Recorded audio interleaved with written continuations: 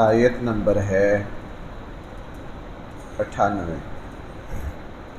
بسم اللہ الرحمن الرحیم۔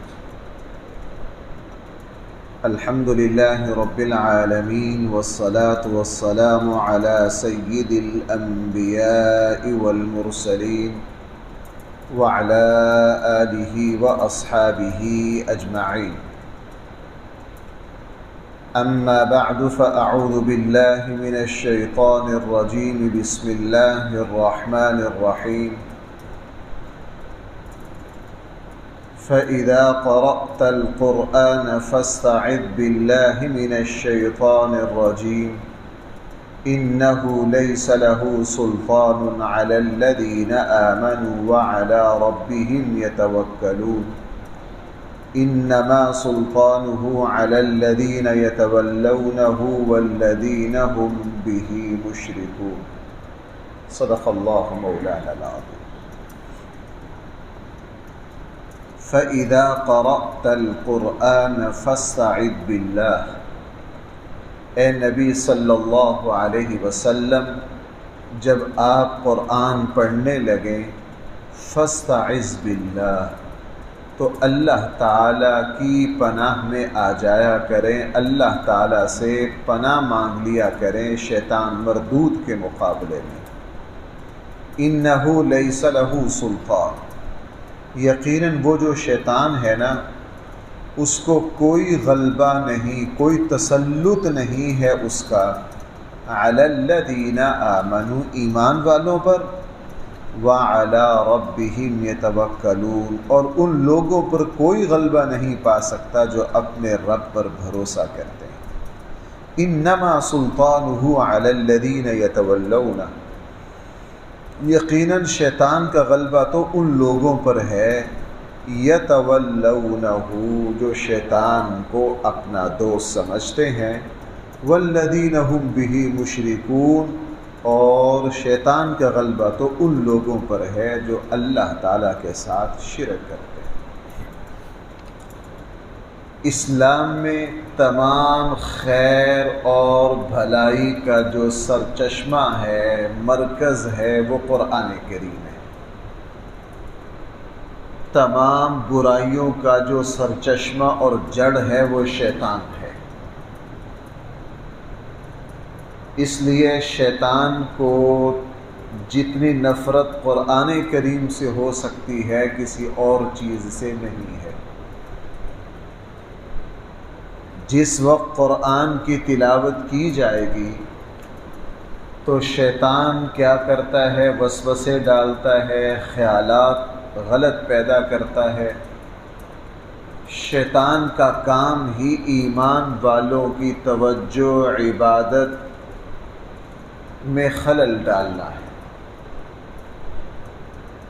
نبی کریم صلی اللہ علیہ وسلم نے ارشاد فرمایا، اور قرآن کریم نے بھی 2 جگہ ارشاد فرمایا کہ جب تمہارے اوپر شیطان کی طرف سے حملہ ہو، تمہاری توجہ کو توڑا جائے، ہٹایا جائے، تو فوراً اللہ تعالیٰ کی مدد مانگ لو، اللہ کی پناہ میں آ جاؤ۔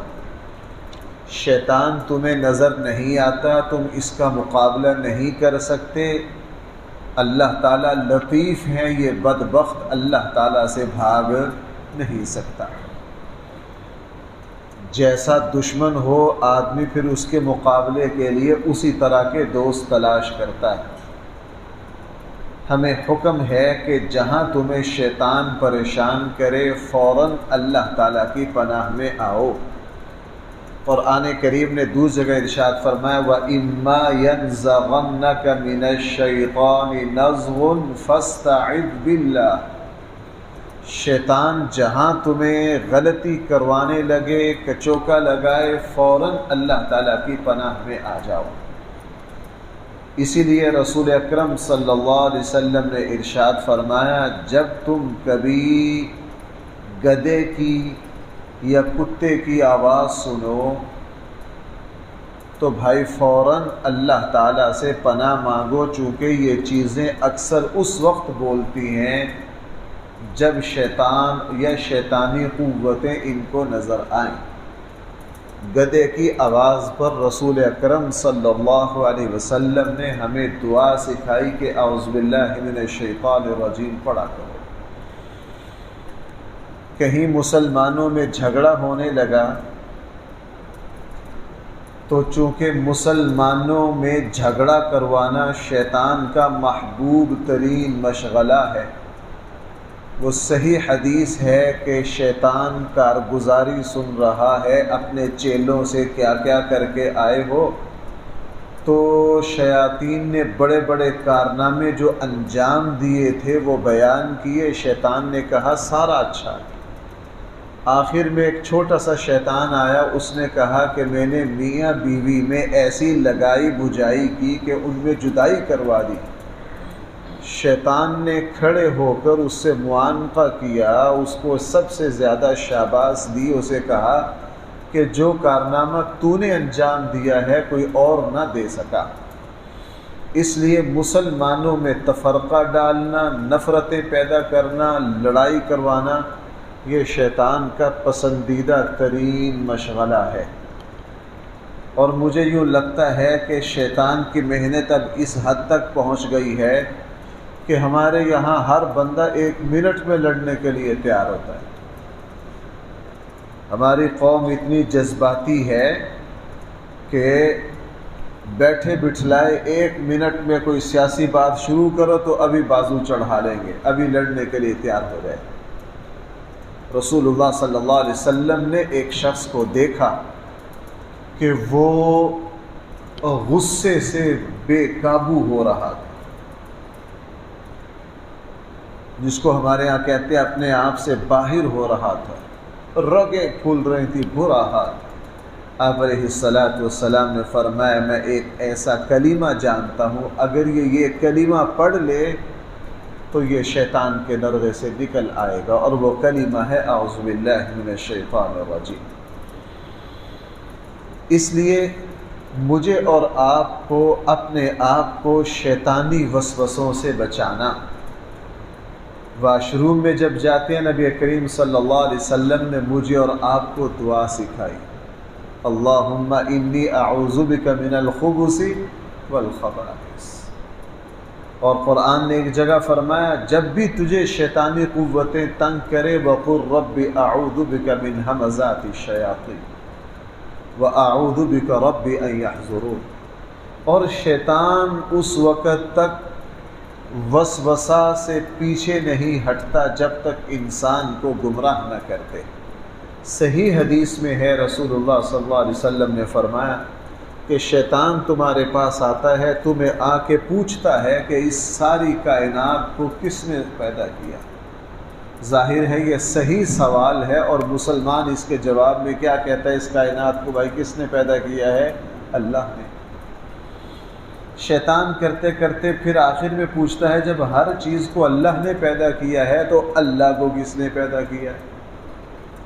ظاہر ہے اس کا جواب نہیں ہے، ہماری عقل اس کو سمجھ نہیں سکتی، اس لیے وحی نے آ کے ہمیں بتایا کہ اللہ کو کسی نے پیدا نہیں کیا، وہ ہمیشہ سے ہے، ہمیشہ۔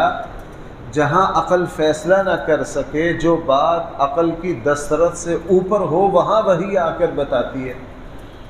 اب شیطان اس وقت تک سوال کرتا رہتا ہے جب تک انسان اس غلطی میں مبتلا نہ ہو جائے کہ اللہ کو کس نے پیدا کیا۔ محمد بن قاسم بن ابی بکر رضی اللہ عنہ سیدنا صدیق اکبر کے پوتے ہیں قاسم، اور مدینہ کے بڑے فقہاء میں سے ہیں، بڑے فقہاء میں سے ہیں۔ حضرت عمر بن عبدالعزیز رحمہ اللہ کا جن خاص لوگوں سے تعلق تھا ان میں سے ایک قاسم بن محمد بن صدیق اکبر ہے۔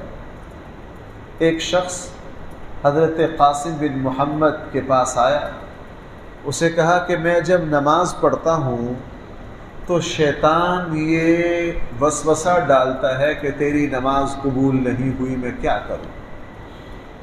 انہوں نے فرمایا کہ تو نماز پڑھتا رہے، اگر تجھے شیطان وسوسہ ڈال رہا ہے اس کی پرواہ نہ کر، جیسے کیسے تو نماز پڑھتا رہے۔ دیکھو بھائیو، ہم پر بھی ایسی کیفیت آتی ہے، بعض موقعوں پر نماز پڑھنے کو جی نہیں چاہتا۔ اس کا علاج کیا ہے کہ کہ نماز پڑھنی ہے، جی نہیں چاہتا پھر بھی پڑھنی ہے۔ علماء نے لکھا ہے جن دنوں میں نماز پڑھنے کو، عبادت کرنے کو جی نہ چاہے، ان موقعوں پر نماز پڑھنا اس کا جو اجر ہے وہ ڈبل ہے، چونکہ یہ وہ نفس پر زیادہ بھاری اور مشکل ہوتی ہے۔ تو پھر فرمایا محمد بن قاسم بن محمد نے کہ تو مسلسل نماز پڑھتا رہے، شیطان اس وقت تک تیرے پیچھے لگا رہے گا جب تک تو یہ کہہ نہ دے کہ میری نماز نہیں ہوتی، میں تو اندر سے نماز ہی نہیں پڑھتا۔ ہمارے یہاں لوگ کہتے ہیں جی میرے کپڑے ناپاک رہتے ہیں میں اس لیے نماز نہیں پڑھتا۔ یہ شیطان نے ان کو سکھایا۔ اس لیے جب قرآن کریم کی تلاوت کرے، قرآن کریم کی تلاوت کرنے سے پہلے اعوذ باللہ من الشیطان الرجیم پڑھنا یہ سنت ہے، اور قرآن کے علاوہ جب کوئی اور کام کریں تو اس وقت صرف بسم اللہ الرحمن الرحیم پڑھنا سنت ہے۔ اعوذ باللہ کا تعلق صرف قرآن کریم کی تلاوت کے آغاز سے ہے، یا جہاں شیطان ہم پر حملہ آور ہو اس وقت بھائی کیا کرنا ہے، اس وقت اعوذ باللہ من الشیطان الرجیم۔ عام معمول جب بھی کوئی کام اچھا کام کریں تو بسم اللہ پڑھیں۔ علماء نے لکھا ہے کہ جب قرآن کریم کی تلاوت کا آغاز کریں اس وقت بھی پڑھیں گے، اور جب درمیان میں تلاوت کرتے کرتے کسی سے بات کرنی پڑ گئی، آپ قرآن کی تلاوت کر رہے ہیں، موبائل پہ کال آ گئی، آپ نے اس کو سننے کے بعد دوبارہ تلاوت شروع کرنی ہے، پھر بسم اللہ پڑھنے کی ضرورت نہیں، صرف اعوذ باللہ پڑھ لیجیے۔ بھائی صرف کیا پڑھ لیجیے؟ اعوذ باللہ پڑھ لیجیے۔ اسی لیے اسی سنت کی وجہ سے ہم جب نماز شروع کرتے ہیں ثنا پڑھنے کے بعد سورہ فاتحہ سے پہلے ہم اعوذ باللہ اور بسم اللہ دونوں پڑھتے ہیں۔ اس لیے پہلی بات تو قرآن نے یہ فرمائی کہ فَإِذَا قَرَأْتَ الْقُرْآنَ، آپ جب قرآن کی تلاوت کریں فَاسْتَعِذْ بِاللَّہ، تو اللہ کی پناہ میں آ جائیں شیطان مردود سے۔ آگے قرآن نے فرمایا إِنَّهُ لَيْسَ لَهُ سُلْطَانٌ عَلَى الَّذِينَ آمَنُوا، یقیناً کوئی غلبہ نہیں ہے شیطان کو ایمان والوں پر۔ اس کا کیا مطلب ہے؟ ایمان والوں پر شیطان کو مستقل غلبہ حاصل نہیں ہو سکتا۔ بھائی سمجھنا ذرا میری بات کو، اب ذرا راتیں ٹھنڈی ہوگی، اب شاید نیند زیادہ آئے گی۔ شیطان کو مستقل غلبہ ایمان والوں پر حاصل نہیں ہوتا۔ ایمان والا غلطی کھا جاتا ہے، ٹھوکر لگ جاتی ہے، وقتی طور پر شیطان ان کو غلط سبق پڑھا سکتا ہے، لیکن ایمان ایسی طاقت ہے مومن کے پاس کہ مومن پھر پلٹتا ہے، واپس آتا ہے۔ اس لیے فرمایا کافروں کی طرح ایمان والوں پر شیطان غلبہ نہیں پا سکتا۔ اس کو سمجھایا ہے ہمارے آقا صلی اللہ علیہ وسلم نے ایک بہت اعلیٰ مثال سے۔ عرب پتہ کیا کرتے؟ جب کہیں پڑاؤ کرنا ہوتا نا، سونا ہوتا، اور ظاہر ہے وہ زمانہ اس وقت گاڑیوں کی جگہ جانور استعمال ہوتے تھے، اب اپنے گھوڑے کو چرنے کے لیے، اپنے اونٹ کو چارہ گھاس چرنے کے لیے چھوڑنا بھی ہے، خود بھی آرام کرنا ہے، تو وہ لمبی ساری رسی ساتھ رکھتے تھے۔ گھوڑے کی ٹانگ، پچھلی ٹانگ باندھ کے اس کو چھوڑ دیتے تھے، وہ لمبی رسی ہوتی کہ یہاں کافی سارا گھاس ہے، تو گھوڑا کیا کرتا ہے، اس کو چلتا رہتا ہے، جہاں رسی کی گنجائش ختم ہوتی تو رسی جھٹکا دیتی، گھوڑا پھر واپس اپنے کنٹے پر آ جاتا، پھر ادھر کو، پھر ادھر کو، پھر ادھر کو۔ جانور اپنا چارہ بھی چر لیتا اور وہ کہیں جاتا بھی نہ، جب وہ رسی کی مقدار پوری کرتا تو فوراً جھٹکا لگتا ہے، واپس آ جاتا ہے۔ رسول اللہ صلی اللہ علیہ وسلم نے فرمایا مومن کی مثال رسی سے بندھے ہوئے گھوڑے کی طرح ہے کہ جب یہ حد سے باہر جاتا ہے تو اس کا ایمان رسی کی طرح پکڑ کے اس کو دوبارہ واپس لے آتا ہے۔ اس لیے فرمایا کہ شیطان کا کوئی غلبہ نہیں ہے ایمان والوں پر، وَعَلَىٰ رَبِّهِمْ يَتَوَكَّلُونَ، اور بھائی ان ایمان والوں پر جن کا بھروسہ کس پر ہے؟